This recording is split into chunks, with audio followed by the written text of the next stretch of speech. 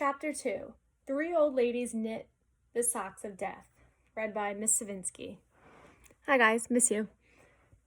I was used to the occasional weird experience, but usually they were over quickly. This 24/7 hallucination was more than I can handle.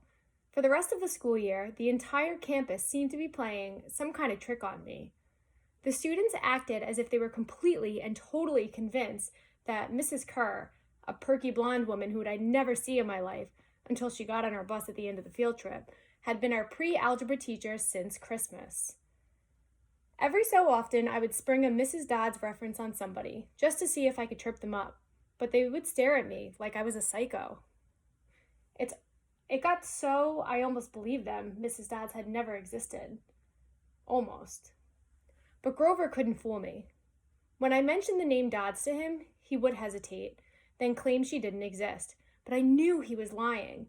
Something was going on. Something had happened at the museum. I didn't have much time to think about it during the days, but at night, visions of Mrs. Dodds with talons and leathery wings would wake me up in a cold sweat. The freak weather continued, which didn't help my mood.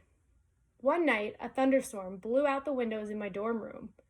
A few days later, the biggest tornado ever spotted in the Hudson Valley touched down only 50 miles from Yancey Academy. One of the current events we studied in social studies class was the unusual number of small planes that had gone down in sudden squalls in the Atlantic that year. I started feeling cranky and irritable most of the time. My grades slipped from D's to F's. I got into more fights with Nancy Bobofit and her friends. I was sent out in the hallway in almost every class. Finally, when our English teacher, Mr. Nickel, asked me for the millionth time why I was too lazy to study for spelling tests, I snapped. I called him an old sot. I wasn't even sure what it meant, but it sounded good. The headmaster sent my mom a letter the following week, making it official. I would not be invited back next year to Yancey Academy. Fine, I told myself, just fine. I was homesick. I wanted to be with my mom in our little apartment on the Upper East Side, even if I had to go to public school and put up with my obnoxious stepfather at his stupid poker parties. And yet, there were things I'd miss at Yancey. The view of the woods out my dorm window, the Hudson River in the distance, the smell of pine trees. I'd miss Grover, who'd been a good friend, even if he was a little strange. I worried how he'd survive next year without me. I'd miss Latin class, too. Mr. Brunner's crazy tournament days and his faith that I could do well. As exam week got closer, Latin was the only test I studied for. I hadn't forgotten what Mr. Brunner had told me about this subject being life and death for me. I wasn't sure why, but I started to believe him. The evening before my final, I got so frustrated I threw the Cambridge Guide to Greek Mythology across my dorm room. Words had started swimming off the page, circling my head, the letters doing 180s as if they were riding skateboards. There was no way I was going to remember the difference between Chiron and Cheiron, or polydictus and polydeuces, and conjugating those Latin verbs. Forget it. I paced the room, feeling like ants were crawling around inside my shirt. That's a simile. I remembered Mr. Brunner's serious expression, his 1,000-year-old eyes. I will accept only the best from you, Percy Jackson. I took a deep breath. I picked up the mythology book. I'd never asked a teacher for help before. Maybe if I talked to Mr. Brunner, he could give me some pointers. At least I could apologize for the big fat F I was about to score on his exam. I didn't want to leave Yancey Academy with him thinking I hadn't tried. I walked downstairs to the faculty offices. Most of them were dark and empty, but Mr. Brunner's door was ajar, light from his window stretching across the hallway floor. I was 3 steps from the door handle when I heard voices inside the office. Mr. Brunner asked a question. A voice that was definitely Grover's said, "Worried about Percy, sir?" I froze. I'm not usually an eavesdropper, but I dare you to try not listening if you hear your best friend talking about you to an adult.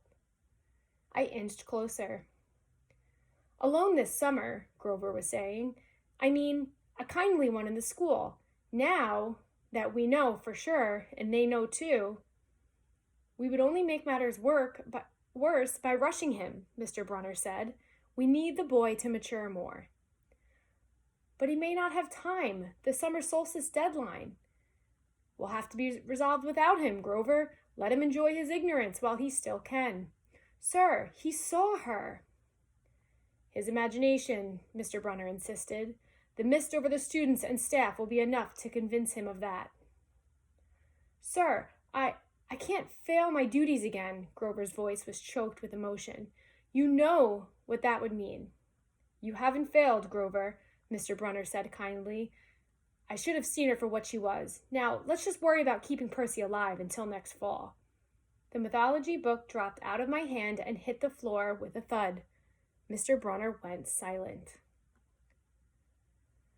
My heart hammering, I picked up the book and backed down the hall.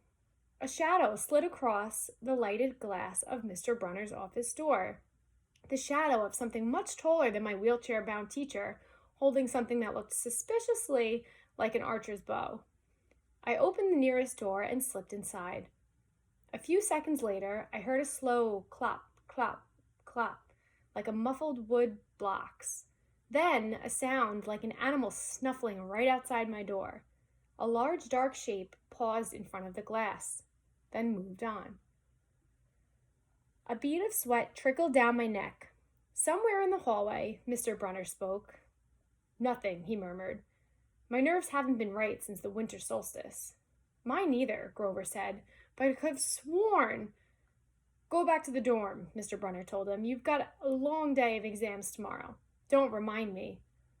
The lights went out in Mr. Brunner's office. I waited in the dark for what seemed like forever. Finally, I slipped out into the hallway and made my way back up to the dorm. Grover was lying on his bed, studying his Latin exam notes like he'd been out there all night. Hey, he said, bleary-eyed. You gonna be ready for this test? I didn't answer. You look awful, he frowned. Is everything okay? Just tired. I turned so he couldn't read my expression and started getting ready for bed. I didn't understand what I'd heard downstairs. I wanted to believe I'd imagined the whole thing. But one thing was clear. Grover and Mr. Brunner were talking about me behind my back. They thought I was in some kind of danger. The next afternoon, as I was leaving the 3-hour Latin exam, my eyes swimming with all the Greek and Roman names I'd misspelled, Mr. Brunner called me back inside. For a moment, I was worried he'd find out about my eavesdropping the night before, but that didn't seem to be the problem. Percy, he said. Don't be discouraged about leaving, Yancey. It's for the best. His tone was kind, but the words still embarrassed me. Even though he was speaking quietly, the other kids finishing the test could hear. Nancy Bobofit smirked at me and made sarcastic little kissing motions with her lips. I mumbled, Okay, sir. Mr. Brunner wheeled his chair back and forth, like he wasn't sure what to say. This isn't the right place for you. It was only a matter of time. My eyes stung. Here was my favorite teacher in front of the class telling me I couldn't handle it. After saying he believed in me all year, now he was telling me I was destined to get kicked out. Right, I said, trembling. No, Mr. Brunner said. Oh, confound it all. What I'm trying to say, you're not normal, Percy. That's nothing to be... Thanks, I blurted. Thanks a lot, sir, for reminding me. Percy! But I was already gone. On the last day of the term, I shoved my clothes into my suitcase. The other guys were joking around, talking about their vacation plans. One of them was going on a hiking trip to Switzerland. Another, cruising to the Caribbean for a month. They were juvenile delinquents like me. But they were rich juvenile delinquents. Their daddies were executives, or ambassadors, or celebrities. I was a nobody, from a family of nobodies. They asked me what I'd be doing this summer, and I told them I was going back to the city. What I didn't tell them was that I'd have to get a summer job walking dogs or selling magazine subscriptions and spend my free time worrying about where I'd go to school in the fall. Oh, one of the guys said. Well, that's cool. They went back to their conversation as if I'd never existed.